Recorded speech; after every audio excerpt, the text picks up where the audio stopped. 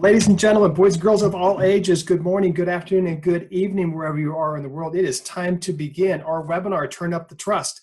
We're going to get right into it, and my job first off is to introduce my co-facilitator. She is the managing partner of the Chapman & Co. Leadership Institute.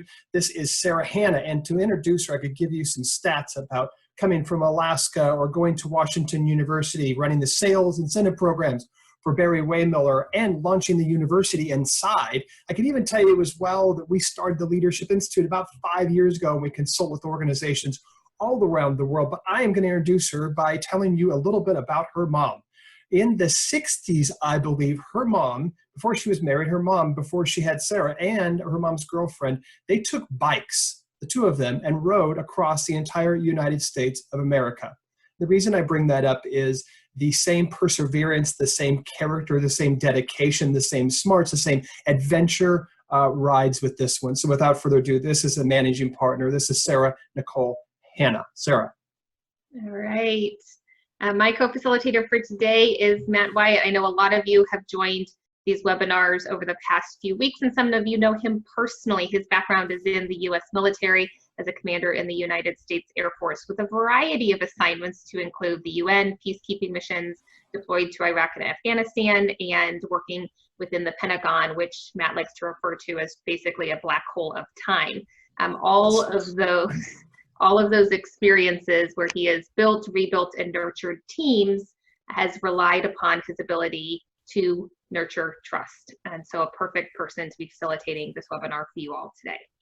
Great, thank you. And we're going to move into this. I know a lot of you are very familiar with Zoom, so I'm going to do this really quickly. In the chat, it helps if you do to all panelists and attendees, and use Q&A to ask any questions. If you ask a question in chat, we have two wonderful team members, both Grace and Jamie, that will be moving them into the Q&A for us, just to easier triage that. As you know, everyone's muted. We're using Q&A and chat to interact.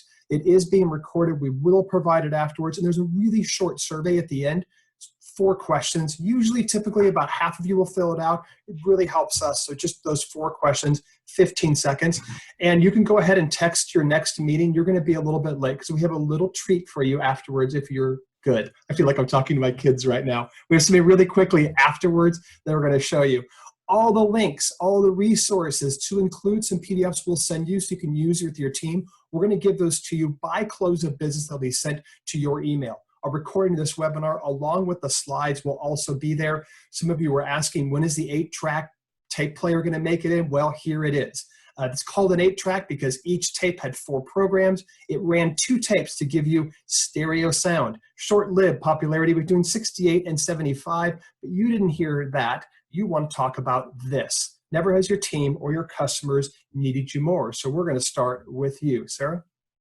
All right. For those of you who this is your first time on one of our webinars, we like to interact with you all. So we use Mentimeter as a way of doing that. So I'm going to ask you to pull out your smartphone is the best way to do it. You can also open up a second browser on your computer and go to menti.com, menti.com, and go ahead and enter the code 120867. Those instructions are right at the top of the screen and always will be whenever we use Mentimeter, and we'll also put them in the chat for you. And so one of the things we like to do at the very beginning of these is find out who's out there, who's joining us, and who's listening in. So we do have some folks actually from our parent company, Barry Waymiller, so Design Group, and some folks up there in Romeoville near Chicago. Thank you so much for joining. We have the Missouri History Museum, which are great friends of ours and just down the road. And appreciate people coming in all the way from Dubai. I know that's a little bit later there, so appreciate that. And Meyer Food Store is just a great organization, so welcome to all our Meyer folks as well. All right, I'm seeing Desco Group, another great St. Louis company, and Inspira Health, which is a great healthcare consultancy. Yeah, and welcome as well to Southwire. So down in Georgia, I know you guys are doing some incredible work down there. And so providing, when we think about all the hospitals being built and how are they powered, that's Southwire as an essential business doing that work. Also welcome local St. Louis company Psychological Associates. Do not analyze our childhood. Please don't. No. All right, so that was an easy one. We're going to go ahead and ask you a few questions about trust. And so this is a little free word association or free image association as it would be.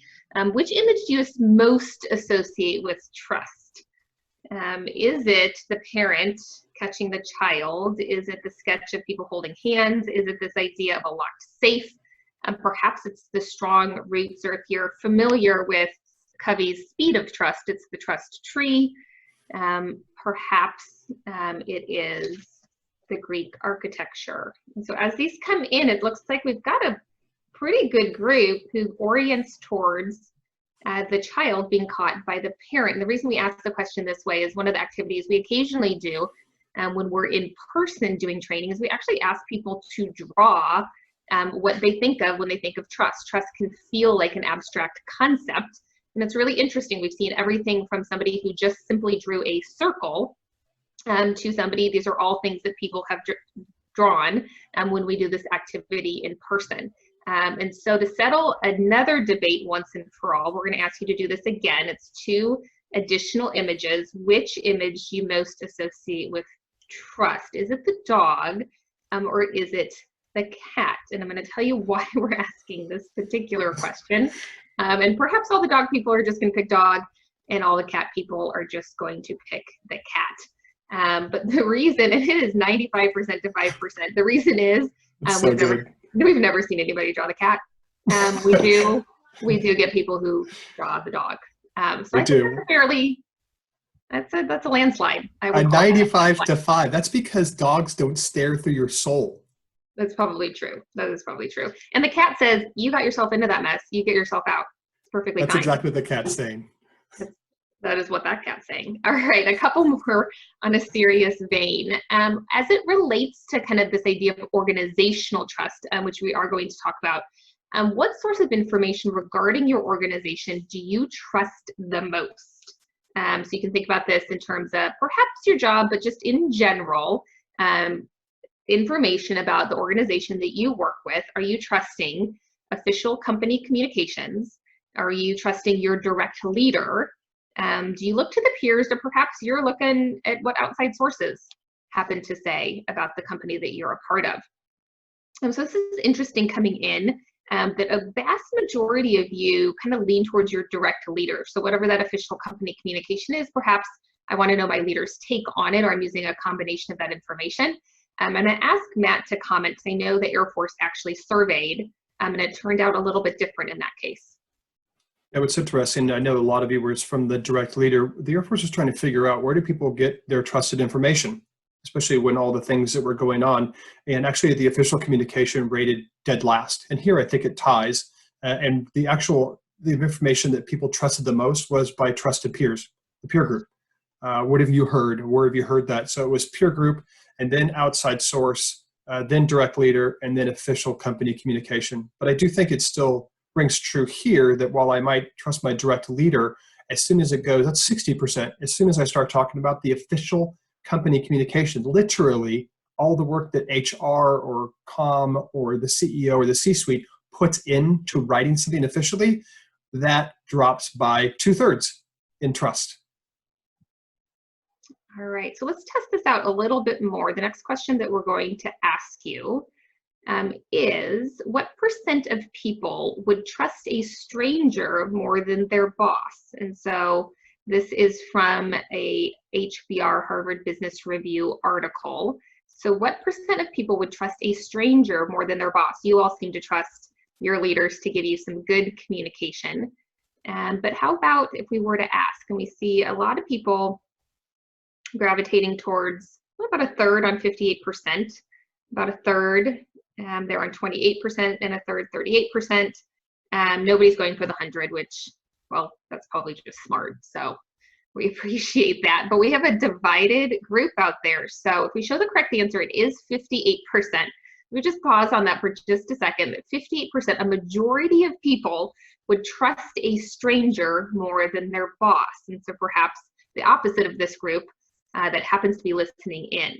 And a follow-up question to that is, what % of people would rather fire their boss than get a pay raise?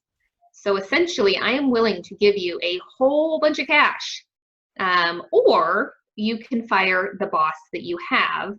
What % of people would take firing their boss? And so we see a pretty split group, almost half of you thinking that it's 65%. And as we reveal that correct answer, you would be correct. So again, a majority of people. So as you're having all of those, well, most of us have suspended probably compensation reviews during these times, but good news, you could just have them fire you and you get the added benefit. All right, so a few questions to orient to this topic of trust. So the next thing that we're going to do, actually, it's not a trust course without a trust fall. And so hopefully you're quarantined with somebody else who can catch you, and we're actually going to do one. I'm just kidding.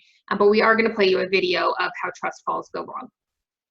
I don't want to do it. Just fall and I'll catch you. Okay. Get That's why trust falls just don't work. When we think about the topic of trust, and even if you were to go out and kind of Google it or kind of look for resources, we're not quite sure why. This is the one leadership topic that either people want to make mathematical or scientific. And so you end up with a lot of formulas. And we also have a question on when it became okay to divide words by words. And so there's a huge number of trust formulas. You get into, is trust a biochemical phenomenon? That's actually the chemical signature for oxytocin. And none of these are necessarily wrong. They all have some validity to them, but we tend to want to make this topic really, really complicated. And we also can't agree on what we're multiplying by what, and we throw around, well, it's credibility plus reliability plus intimacy divided by self-orientation. I personally can't do that math. Or is it credibility times relationship divided by risk times self-interest?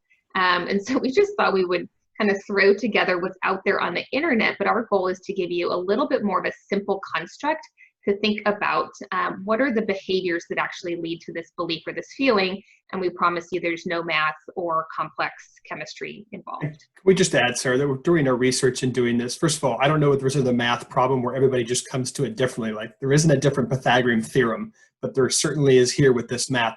One group, even they trademarked or copyright? Trademarked. They did a copyright.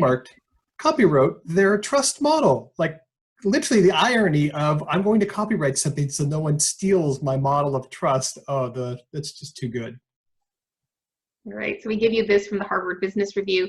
Contrary to popular belief, cultivating a high trust culture is not a soft skill, it's a hard necessity. Put another way, it's the foundational element of high performing organizations. So as we get into this, and we don't want to disconnect it from the very real business reality that we all have to wrestle with. And so we're going to break it down for you into kind of three buckets, so to speak. We have our relationships, which is our behavior. So this is trust between you and me, between two people. We're going to talk about it from a standpoint of an organization. How aligned are we, and what's the impact of that alignment on trust?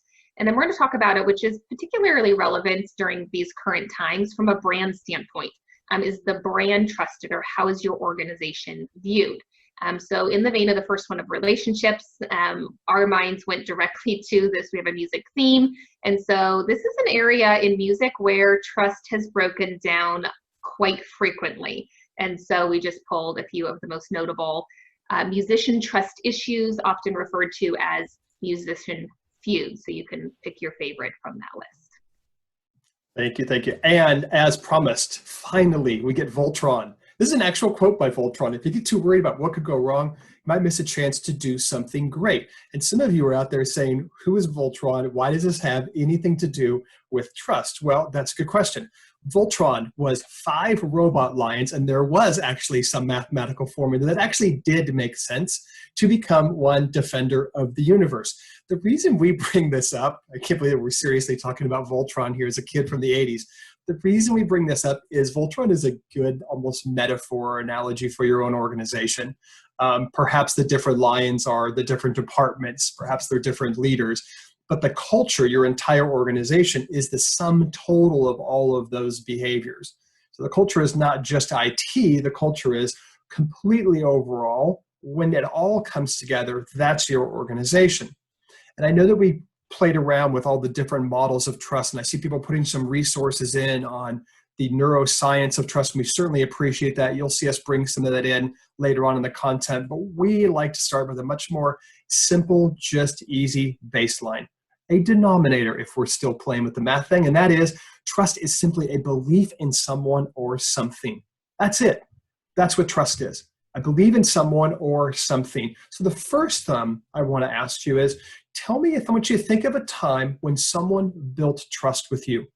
I want you to think about what they actually did. And I'm looking at my watch to do this quick 60-second story. One of the first jobs I had, this is being recorded, I don't care. I forged my birth certificate and I was working as a mechanic. And it would be very common, even though I wasn't of age to drive the car, that after we did some work on a car, we would drive it around. And one time a person came in and thought that I had driven their car around. It was a Honda Accord, nothing against a Honda Accord, but you just didn't joyride Honda Accords after you worked on them. And this person got very upset with me, and my boss came out there, and the two of them just got into the screaming match, which as a young kid, like 13, 14, I was like, I just hadn't seen adults argue like that. And this person drove off, and he says, his name was Tom, and he says to the guy, basically leave. And then he looks at me and the guy leaves, and he goes, well, Matt, where'd you drive his car? And I said, you think I drove his car and you were still willing to stick up for me? He's like, well, of course, you're my guy. And I said, I didn't drive it anywhere. He goes, that's fine. And I've never forgotten that. Out of all the military stuff I've been to, I've never forgotten being that young and having another adult yell at me and that other adult come in and just protect me and stand up for me, even though he didn't know whether I did it or not. And so that would be my story. If you don't mind, can you please put in the chat, what did they do? I want you to ask for like the specific behavior. So in my story, the specific behavior is they stood up for me. In this case, literally physically, but also had my back like an advocate. So I want you to just put in the chat room, what's the behavior that they did?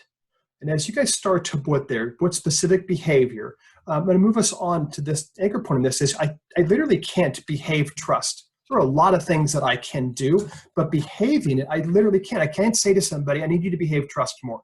A little bit more right there. You turned it up to 11. That's perfect right there. But what I can do is I can do the behaviors that lead to the belief of trust. And I'm just going to send this right now is to say, but that takes work, right? So the hands on a handle here or on a cane like that, the working, you have to work at this. And we're going to jump in and we're going to give you those as well. All right. And here's our model. Sarah? All right, appreciate all of you putting the great comments into chat, people saying inclusiveness, transparency. One thing, they saved my life. That sounds like an incredible story. They acted ethically. They were an advocate. If we took all of the things that you all put in the chat, likely they would fit into kind of these 4 categories. So this is our trust model, and we break it down into competence, consistency, character, and compassion. Competence being, can you do something well?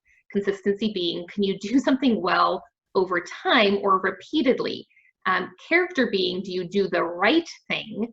And do you do the right thing while caring would be compassion. So if I'm just going to orient a little bit and link in this idea of trust, we'll use kind of a classic situation of calling an Uber, something that I think not a lot of us are doing these days, but we'll go back to a few months ago, and you think about perhaps back in the days that we could travel, landing at the airport and calling an Uber and getting in, and that Uber driver, initially you have some trust. It's baked in. You were hired by Uber. I can look at your Uber ratings, and so my trust of you relies really on the outer ring, the competence layer. Perhaps if I'm factoring in your ratings and I see that you've done 8,000 trips, perhaps I have a little trust that's in the consistency layer, but that's really all I have.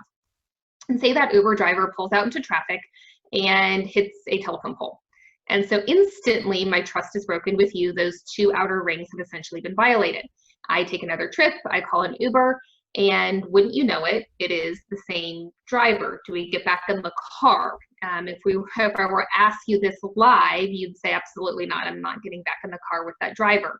If I repeat that entire story, but this time I've asked my mom, a friend, somebody that I know very, very well, and the same thing happens. Mom drives into a telephone pole. Do I get back into the car with mom? And the answer, and I know some of you are like, no, I take the keys from mom, but for the majority of us, we do. And that's because we also know something about mom's character, and we know that she cares for us. We have some degree of knowledge about her compassion. I essentially have all 4 layers of trust. And so as we go into this, and we're going to break this down a little bit further, we would offer that the work of building trust is to display behaviors in each of these 4 categories. And so if I were to kind of ask you all, and please feel free to add any of these behaviors into chat that we may have missed. Compassion. During COVID, during these times, we would offer, I have to start with people's health always. And perhaps it's even a little bit more difficult to do so right now. We're kind of used to it. We've been working from home for a while. And so am I still willing to check in on people's health? I'm going to schedule one-on-one check-ins. I'm going to use video on conference calls because I literally want people to see that I care about them. I'm going to send handwritten notes. Yes, I'm going to find a stamp. I'm going to do it. It's hard work, but we all can do it. And I'm going to use empathetic responses. In character, I'm going to share both good news and bad. I'm not going to shy away from there's some really difficult decisions that a lot of us are making, and I'm going to be transparent. I'm going to admit my mistakes, and where possible, I'm going to align communication and decisions to the values of the organization and perhaps my own personal values. I'm going to try and be as consistent as possible. Maintain team norms, even if my team is remote or if I'm leading an essential workforce and I'm still kind of at the job site. What elements of consistency can I put in place? I'm going to be predictable and I'm going to be available. From a competence standpoint, I'm going to share as much trusted information as I can. I'm going to point my team to those trusted resources. I'm going to break down work into milestones. And I know that this seems like an odd one for competence, but I want people to feel like we're achieving something during this time. I'm going to focus on continuous improvement, and I'm going to take my knowledge and I'm going to use it to coach others. And so I can't behave trust, but I can demonstrate behaviors in all four of these categories. If I was to break it down, just real quick, Sarah, I know we're starting to get some questions in. Please start throwing those questions in at any time. We will start addressing them. And I know we have a question on the leader, and we're going to get to that one shortly. But please go ahead and throw those questions in at any time. If you joined us a little bit late, we will be providing all of the slides and the tools. Thanks, sir. Yep. All right. Another litmus test, if you're thinking about, okay, how can I kind of assess or think or reflect on, is trust being built within my team, or perhaps trust is limited? And so I'm not going to go through these line by line, but just a couple of examples. People speak truth to power. Are people willing to speak up versus, you know what, I'm just going to play it cool. I'm going to be real quiet because there's a real fear of challenging organizational policy. Communication is purposeful versus, man, I am CC'd on a lot of emails and it's not on purpose. It's just because we're covering. That's why I'm ending up in the CC line. People feel safe to ask for help. This is the idea of psychological safety. Versus you never hear, I don't know, or you never hear, I made a mistake. And one of our favorites is excellence is inspired versus compliance is mandated. One of my favorite examples of this, it seems like I'm harkening back to all the things we used to get to do, so apologize for that. But in a restaurant here locally in St. Louis, I went into the restroom and there was this great sign and it said, our employees are so fantastic. Of course, they wash their hands. And in the very, very bottom in teeny tiny print, it said, Missouri Health Code mandates that we say it this way. And they put the health code. So rather than putting the rule out there, they just inspired the excellence that they would want to see. So this is something that you can use with your teams. It's a resource that we will give you that might spark a conversation. Which of these behaviors do we see or not see on either side of the equation? All right, I know we're throwing a lot of models at you. We told you we weren't going to do equations, and then we gave you basically geometry, so apologize for that. This is the exact same as the trust model I just gave you. It's just broken down in a slightly different way. And so if we equate those two inner circles, the compassion and character, and if we call that care, and then we think about those outer two layers, and we think about those as proficiency, and we map them against each other, you get kind of 4 different quadrants. And so to orient to this one, I'm going to use the example of hiring a plumber to do some work on my house. Obviously, I'm not going to hire one that's low care, low proficiency. So we're going to eliminate that from the mix. Perhaps I could have a friend do it. Somebody that cares a lot about me, but is basically YouTube deep on how to be a good plumber. And so that person would fall in the high care, low proficiency quadrant, probably one I might want to avoid. I could go onto Angie's list and hire a professional plumber, and they would probably fall somewhere in the low care, high proficiency. They don't know anything about me or my family, but Angie's list says high proficiency, so perhaps that's an option. Or I would go with my personal first choice, which would be my dad, built half our house growing up, skilled, And I know that he cares a tremendous about me and my family, so that falls in the high care, high proficiency quadrant. So I'm going to have you actually do an activity with this. And to do this, we're going to go back into Mentimeter. And I'm going to ask you to kind of do some plotting work. And I know I asked for your patience in Mentimeter because it's actually going to be a little bit of work. But for each of these, 1 through 4, I'm going to have you rate how different people view you. And so this is important. This isn't you rating others. This is how would your team rate you? And you're going to pick from 1 to 5. 1 is I have good intentions, but I don't display the behavior. All right, so we don't get points just for having good intentions. 5 is I always do it. You're going to rate proficiency and you're going to rate care, both on a 1 to 5 scale. Then you're going to do how would your leader rate you? I have good intentions. They always see those behaviors, both the proficiency and the care. Then we're going to do friends and family, and then we're going to do customers and clients. If I'm thinking about this from my perspective, one of the things you always have to wrestle with is people can't see the intent. There's a great quote around, I judge myself on my intentions, others judge based on behavior. So this is an exercise in am I actually doing it or not doing it? And also for reflection, is there a discrepancy and what perhaps drives this? And so oftentimes when we do this with groups, perhaps customers and clients rate above our, not saying it's this way all the time, how the team, it's slightly coming out this way as we see the results coming in. Matt, anything else to add on this one? I think we'll provide this as a resource as well. One of the questions was, how do we help someone, a leader who says they want to build trust, but actually no one trusts that those intentions are genuine? So we're going to provide this as a resource. So the problem with self-assessments are the same reason why if I ask everyone out there on this webinar, how many of you are an above average driver? The vast majority of you will raise your hands, and I have to point out to you that that is mathematically not possible. Well, the same thing, that's the fallacy of doing these self-ratings. So one way you can find out if you're accurate is you can give this to your team, blank sheet, proficiency and care. Describe what this is. We'll give you the slide deck and you can say, how would you rate me? And then they're going to just put anonymous marks. You don't have to be looking at it, or this leader can, and then you're going to come back and have a discussion about it.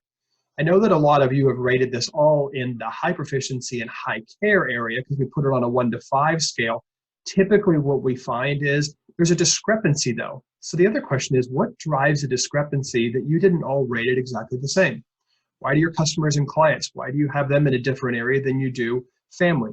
A lot of times you'll hear people say, well, that's because my kids can't fire me as a parent. They can be mad at me, they can't fire me. And so when it comes to my team or my leader, some people would say, oh, I have a new team, or I have a team that we're not co-located. There's all these differences, but the first step in building that trust is, can you just rate it for yourself and then provide it to even customers and clients? And they love to be asked for some feedback on this. And then you get some great feedback on how you can be better. All right. Well, appreciate you guys putting those in as Matt mentioned.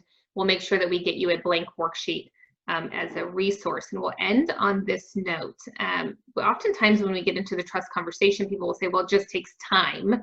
And perhaps in some situation, but time in and of itself does not build trust. Behaviors do. And if I'm displaying a lot of those behaviors, we would offer that perhaps the time speeds up. And there is somebody put a great quote into the chat. It's also one of our favorites when we teach this. It is part of the content when we do it live and in person. And it is from Teddy Roosevelt. People don't care what you know until they know how much you care. So appreciate somebody putting that into chat. We agree. Yeah, I would just jump in on this one and mention, because I know we get a lot of pushback from this one on the whole time perspective. And I'll just, not to go into long stories, I would just say this. Oftentimes we're waiting for that tumultuous time in someone's life. There's a death of a family member, there's a health scare, there's COVID, there's a house fire, there's a divorce, there's financial ruin. There's one of those things that I'm just waiting. Then as a leader, that I can swoop in and show you that I care. And the behaviors that Sarah brought you through in all those 4 areas, that's what builds trust every single day. And so if you want me to really push in the timepiece, if you were in a dark room and all of a sudden the lights went out and there was a fire and you just heard a voice and it said, "Follow me, I know the way out," and you followed that person and you turned around and then the building collapsed and it was Mike Krause from Metro Fire Department or something, do you trust Mike right away? You sure do. And it took Mike about 30 seconds to build that trust with you because he was there. And you didn't even know who he was. And so when I think about time, it's almost like, I know I'm pushing a little bit here on this, but it's almost like an excuse. This is a watch my parents gave me when I got commissioned. And so I remember this, and it reminds me of how fleeting it is and how we fill the behaviors with that. I'm doing a lot of self-therapy here for my own self today. All right, we're moving in. Organization. Let's talk about alignment. So Sarah talked about behaviors. Let's talk more a little bit about alignment. And so some of you put in some neuroscience this. We've worked with Paul Zak.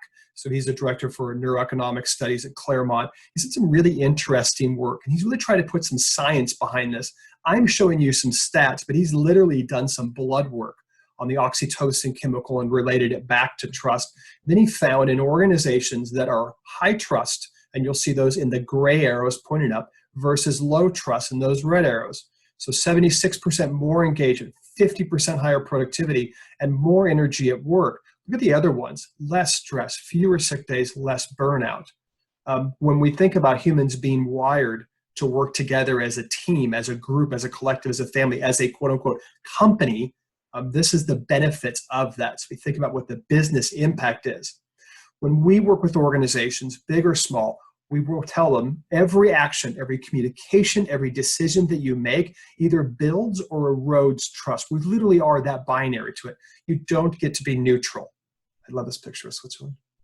And speaking of Switzerland, because we associate Swiss with a neutrality, and I know that's not saying about trust, we associate this with neutral. So then we started thinking, since we have this musical theme running through here, who are some notable Swiss musicians? Well, the list is pretty short, but then we found out Tina Turner. She was born in Tennessee, and you're like, hold on, Tina Turner is not Swiss. No, actually she is. She changed her citizenship. So there you go. The notable Swiss musician is Tina Turner. She will be on the playlist we're sending to you later.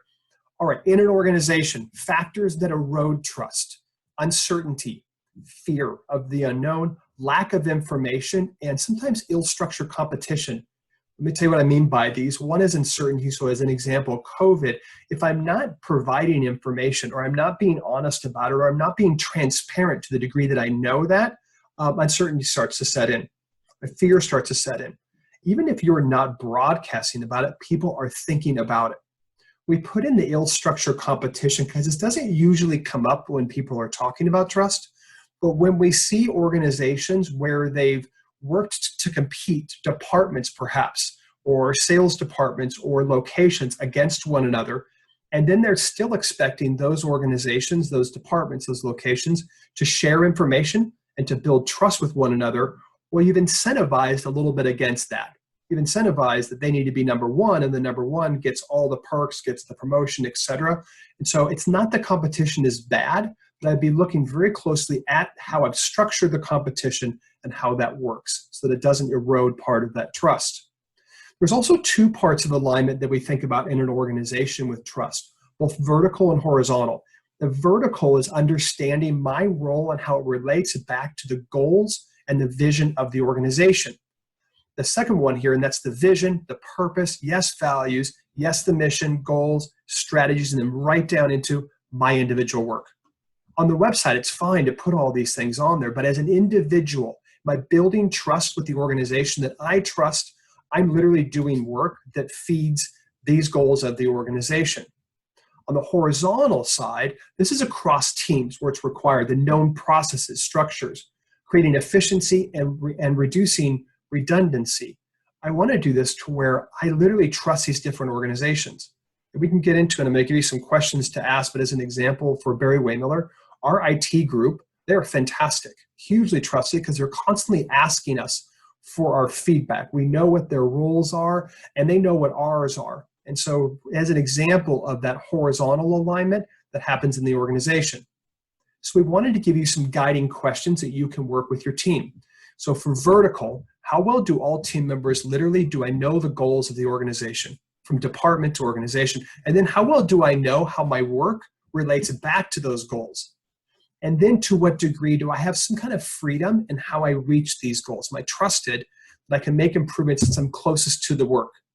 The horizontal alignment, I'd be asking that question, what is each team member's greatest system frustration? I'm asking about a frustration to humanize this, and I'll get into where are there parts of confusion. And in that confusion, lack of information, uncertainty, I start to erode the trust a little bit. Where does work overlap or repeat between departments? And then how can handoffs become more consistent? These are questions you can ask your organization to increase trust in an organization, both vertically and horizontally for that alignment. Our last area here is into the brand. And as Sarah comes off of mute on this, we were doing a little bit of reviews, and this is an interesting one that 91% of people actually trust the reviews online as much as personal recommendations. So we selected these about reviews.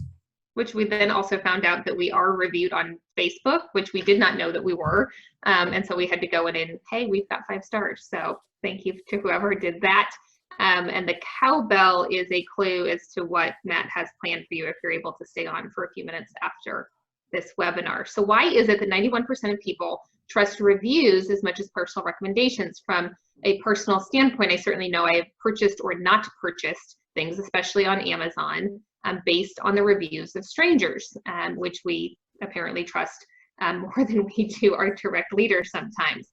And so we're going to ask you to think about what are your most trusted brands, or what is the most trusted brand. And to do that, I'm going to put you back over into Mentimeter. Quick plug for Abominable. Great movie, by the way. Great movie for kids and adults. Okay, just had to put that in there. All right, so back over to menti.com. And what I'm going to ask you to put in, what's a company that you trust? So you don't have to know them personally. Perhaps you just use their product. And then in the chat, I want you to put in why. And so why is it that you trust? You see Southwest Airlines coming in. They have a great kind of on-time record. You kind of know what you're going to get. Disney has a very consistent experience. We have, let's see, Virgin in there, so a lot on in the travel and the airlines. Chick-fil-A, that's probably just because, I mean, that food's just really tasty. So I don't know why you wouldn't trust them. American Express. We've got Minetta, which is a shameless plug. So perhaps somebody from Minetta who's putting that in. They're great. One of the top RIAs in the nation, but also a local St. Louis financial services company. Chanel, well, we all trust Chanel. Who put that in? I'm with you. How can you not trust Chanel? I like that somebody just put Swiss. The Swiss. The Swiss or Swiss watches. Barry Waymiller, our parent company, we trust them as well. Let's see, Hyundai's coming in, Mont Blanc, Costco. And Sarah, as you're doing this, I think you're seeing a lot of these. The products are reliable, consistent demonstration of high quality. There's humor, there's love, kind of fun, the foundation about quality, darn tough socks made in Vermont, lifetime warranty. So that product, that consistency, that quality, that competence. All right. So as we have a chance to reflect for us personally, what's a company that we trust, wanted to see if you could guess what the most trusted brands are. And so when you go out and actually Google this, it kind of shocked us what the most trusted brand, and it was one particular survey, which was the United States Postal Service. But then you have to pause and say, well, I do always get my mail. And it does differ a little bit by generation. And so baby boomer generation tends to trust consumer brands and entities like the Postal Service a little bit more, whereas millennials and Gen Z tend to trust a Google or an Apple a little bit more. So there are differences based on generation. But what do trusted brands have in common? And we broke it down using that same kind of trust formula. So compassion, character, consistency, and competence. One thing that people look for is, how does your organization solve broader business challenges? And so a very timely example would be Shake Shack. And I think most people have heard that they returned the $10 million they got from PPP loans back to the United States government when it kind of got fleshed out. That's not really the purpose. The purpose of those PPP loans was to really kind of be given to mom and pops or smaller businesses that didn't have access to the funding that a Shake Shack would. And so is the business willing to show up in that way? Preserving transparency, addressing issues, and displaying empathy. We picked Apple for that one. A number of years ago, they had launched, Apple Music had launched their streaming service. And what they hadn't factored in, they did a free trial, and so people could essentially get Apple Music for a short period of time for free, which meant the artists weren't being compensated for the use of their music. And so Taylor Swift was one of the artists that said, basically, hey, Apple, not cool. And so why Apple chose to use Twitter for this, I don't know, but they did. And they just kind of tweeted out a very short statement. Basically, we're sorry, Taylor Swift, we're going to make it right. And so the humbleness, the quick apology, the lack of defense, the transparency on we got this one wrong. And now there's quite a few examples of Taylor Swift and Apple actually collaborating. So the relationship was mended. So does Apple always get it right? Perhaps not, but a great example of, I'm just going to come out and say, we got that piece wrong. Consistency, a steady drumbeat communicating your value proposition. Essentially, does every touch point that I have with your organization, does it feel consistent? Do I know either what you stand for or the product or service? And Amazon, probably a really good example of this. Every single time that you get a package, I know shipping is slightly delayed in current times, but rarely in normal circumstances, your 2-day Prime, it comes in 2 days, and we know and we can expect that. And then competence, reliable product or service that meets current customer needs. That's kind of the baseline. Am I going to get what I paid for? Is it reliable? And we just selected FedEx for that one as an example. And so when we think about all of these layers, yes, my interpersonal relationships, my one-to-one behavior, yes, inside the organization, are we aligned? But all of these same things apply when we think about from a brand standpoint, from a consumer standpoint. Am I seeing compassion? Am I seeing character? Am I seeing consistency? Am I seeing competence? And perhaps there's a greater spotlight on these things right now, because it's very easy for organizations to end up in the news. And yes, the really big ones, yes, the Shake Shacks and the big examples. But I also read a great blog post article on a local restaurant here, Taco Buddha. So for those of you in St. Louis, you know how great they are. It's a very small restaurant, and they published their entire thinking process around how to balance safety of their team members, safety of the consumer, and trying to weigh, do we stay open and do curbside, or do we shut our doors and focus on coming back bigger and better, just a standalone local restaurant? And they did make that decision to actually shut down because they thought it was the right thing to do.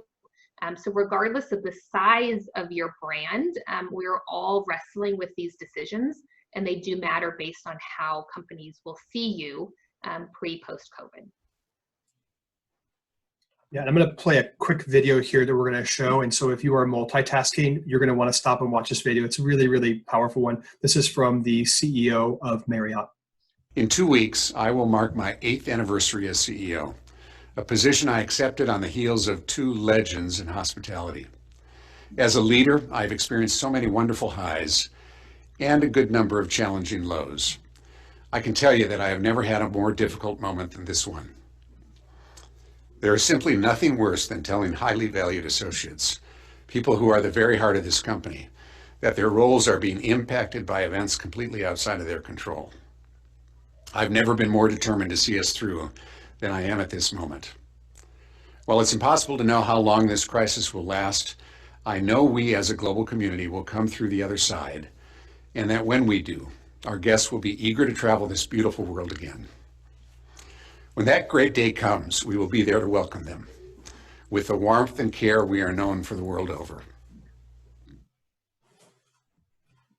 So how we're showing up both in our personal relationships, how we're showing up inside the organization, how we're showing up perhaps as a brand. This was an internal video that has since gone viral because of the authenticity.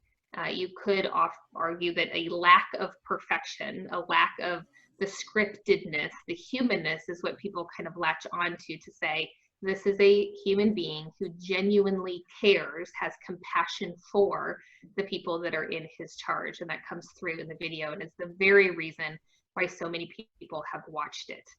So just a little rating sheet for you all. And again, a resource that we will send that you will receive via email. And just to say, where are we on the spectrum of willingness to state the truth versus spinning the truth? And perhaps we're all the way in the truthful side, or perhaps we're somewhere in the middle. Do we admit mistakes or defend mistakes? Do we do the right thing or do we deceive? Do we perform consistently, or perhaps we deliver erratic quality? That's a continuous improvement thing that we haven't quite gotten under check. Do we make people-centered decisions, or do we make decisions solely based on the numbers? Do we lead with our values, or do we lead with perhaps being the best? And so again, a resource that we will send for all of you to reflect on your brand. Yeah, the video that was shown, I know a lot of you have seen that. It was internal and went viral, as Sarah mentioned. It's also the reason we highly, highly, highly advocate that when you're putting out communications or when you're on these conferences that you're on video, especially the leader. It's a really good example of someone that when I know someone's human, or when they say, I don't know, all of a sudden, I'm more interested in what you have to say because I think you're going to tell me the truth. And the emotion that he conveys shows me right at that trust model that we showed you, right at that compassion, the care portion. I literally care about the people. It's not just about numbers. And so that's the reason why. Before we jump in and ask for some of your feedback, I do want to take a little bit of some of these questions. We have a really good one. I'm going to mention to me about this, and ask Sarah to comment on this as well. And this is from Martin. Really appreciate you putting this question in. I trust one of my colleagues as a person, but not to his competence. In the job, both things go together. How to deal with this. One of my favorite sayings in the military was, do not confuse enthusiasm with ability. I know you really want to fly that helicopter. You've had no training in it. They're extremely sensitive machines. You don't get to fly the helicopter. I don't trust you. Sometimes, for whatever reason, I think we associate trust with a feeling or a character or almost a good or a bad. But listen, you do not want me performing a tracheotomy on you. I have no medical training. I know you don't trust me, nor should you in that capacity. As a person, as a friend, and I think sometimes it's very challenging to make those differentiations. But going back into literally, if I'm going to have a lot of trust with someone, to just say that. This is right back into the psychological safety. If you followed us on effective teams, I feel safe enough to tell you as a person, you're a great person. I trust you completely with that. I'll get in the car with you. We'll do stuff together. However, from the job perspective, this needs more training. Sarah, what else would you add on that one? That's a tough one. I think it's a great question to ask, though. Yeah, and I would link this to another question that was asked, which was essentially, how do we help other leaders who are ignorant to the lack of trust they truly have with those in their span of care? So essentially, whether I trust you partially or I trust you or I'm seeing some behaviors. The one is, can I distill it into an actual behavior? And so it is really difficult to say to somebody like, I don't trust you. Well, why? If you can drill it down to the actual behavior that you're doing. You're making mistakes here, here, and here. Where's the example I'm going to point you to? Or perhaps here's the behaviors that lead to the belief that you don't care for people. And then to Matt's point, am I willing to give you that feedback? One of the things that's really critical is that it doesn't come across from a judgment standpoint. You're doing this because you don't care. Well, that's a judgment. You may or may not. I can't see that internal mechanism. And so we drill back into, can we identify what is the behavior that's leading to that belief? And then can I give you feedback on that specific behavior? Yeah, that's great. I know we have a question about how this is cool, how this matches some parenting tendencies. We cited someone from the 1967 study. Is it possible we are biased by whether our parents focused on proficiency versus care? That is a really great question. It's very deep. And I have to be honest with you, I have absolutely no clue. I know from some of the readings that I have done is that a lot of times, and this is in a more traditional family, I get that, a lot of times the fathers are concerned with the performance, and a mother is more concerned with the care. Now, I know that's complete generalization, but I have no idea whether that ends up being later on and how we link back to it. I think it's a really good question, but I don't know on that one. I was hoping you did, because I certainly don't. No, I know. I was like, that is a deep question. That's really interesting. I love this question, though. Many times we burn our trust built with our team due to a bad decision of top management. How to manage this situation? I will tell you, and I know this seems like a cop-out, I would go back to the exact behaviors that Sarah mentioned. And it's not to throw the top management under the bus, but I'll give you a very quick example. We were doing, it was before a mission, and it doesn't matter what it was, but it was before a mission. And there were some decisions that came down from the center of the Air Force, the headquarters of the Air Force and the Pentagon. And it was a decision that impacted people's ability to get some free education, another master's program or a PhD program. People were upset about it. And so they made a mention, hey, why was this pulled from us? And the immediate commander said, I don't know why you're complaining. You get a paycheck, you're here to serve your country, go on the mission, et cetera, et cetera. And everyone just we all just kind of got quiet and said some things under our breath and went on. Next week, someone that wasn't at this meeting, there were about 50 people there, someone that was not at that meeting, there was a more senior leader now leading this next meeting. It's a week later. Someone that wasn't at the first one asks the same question. Hey, I want to know, like, how come this got pulled away?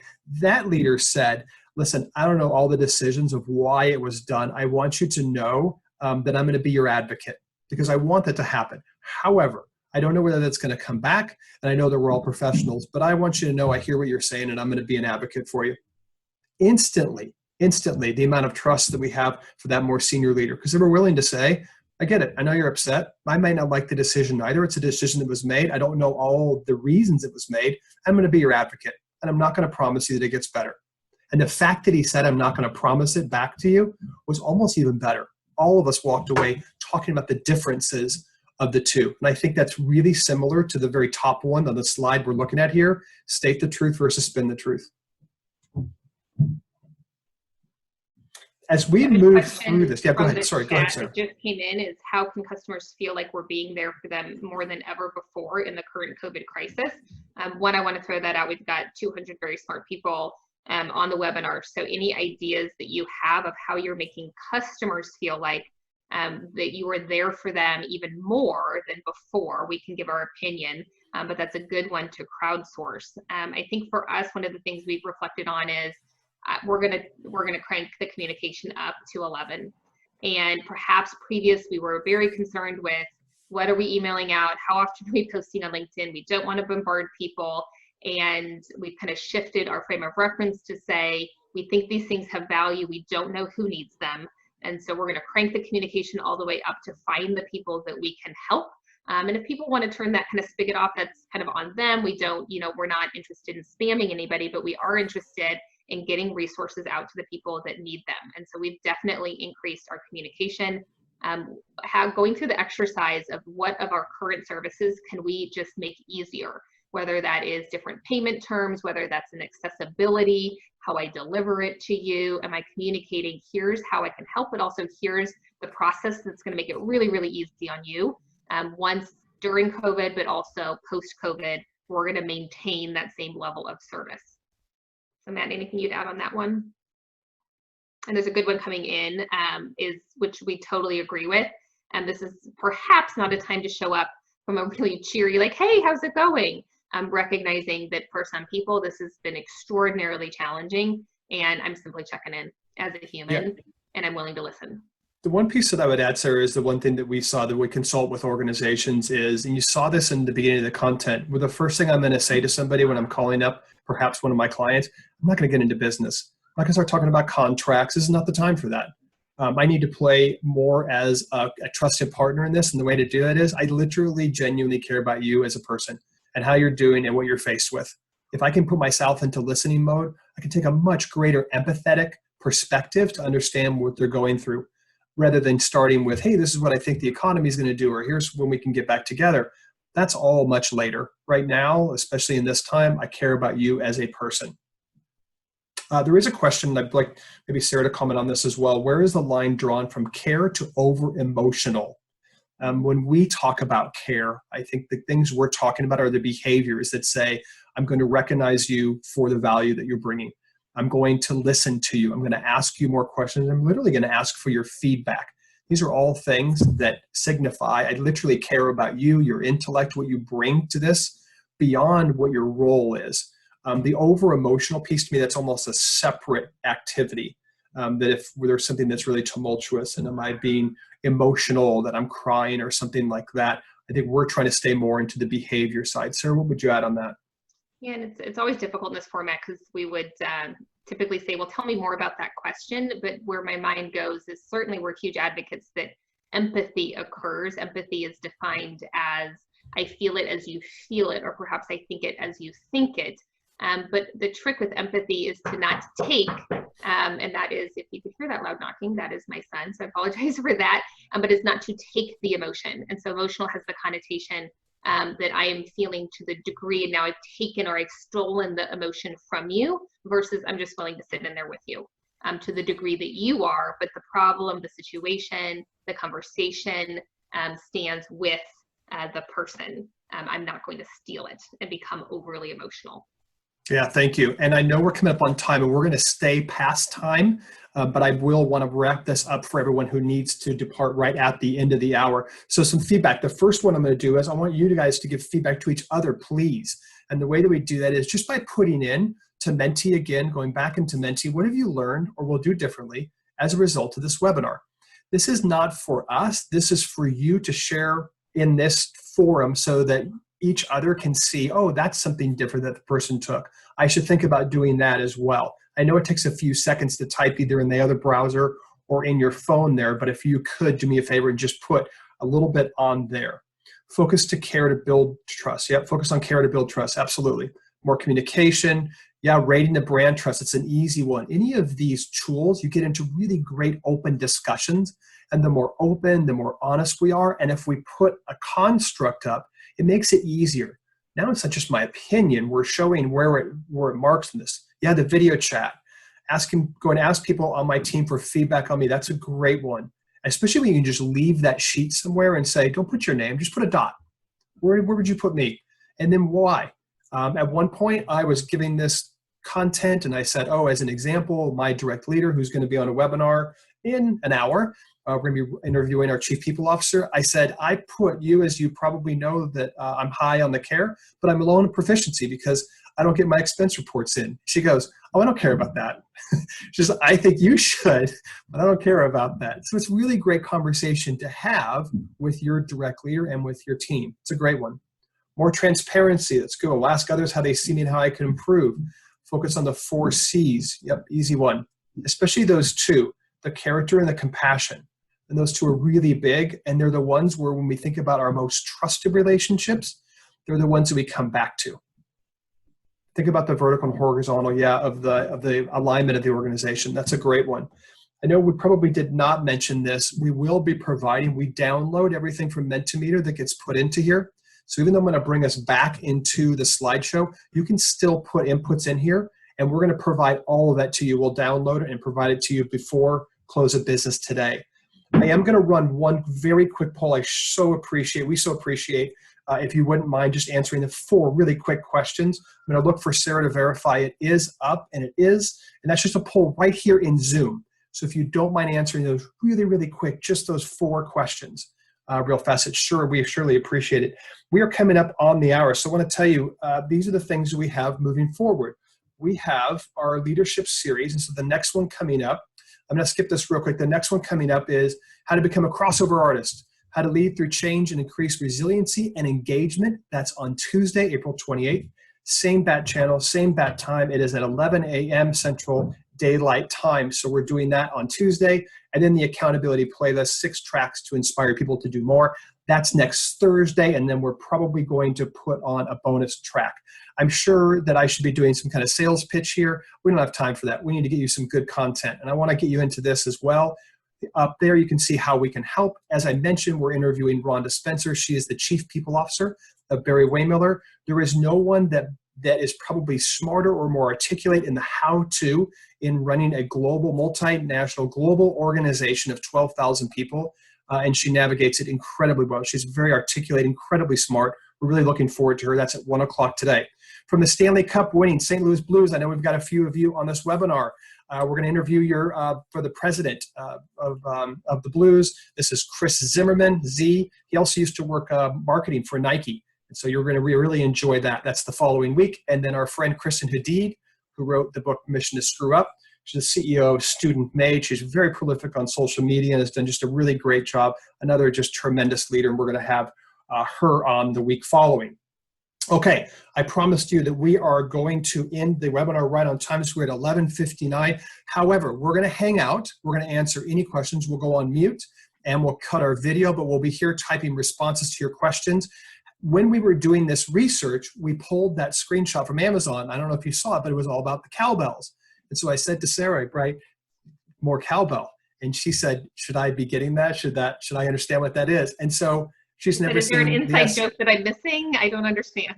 Never seen the skit. So we've trimmed the skit down so it's only about 3 minutes, but you're going to see something hysterical. It's where the reference comes from of more cowbell. You're going to see a very, very young Jimmy Fallon in this skit as well, who cannot hold it together with Will Ferrell's antics. So we're going to leave you. We're going to play out that one. It's a Blue Oyster Cult, Don't Fear the Reaper. I'm going to play that video, then we'll play some music, but we'll be on for about another 10 minutes or so. But thank you so much for joining us. We really appreciate the gift of your time. We'll send all these resources to you. See you later.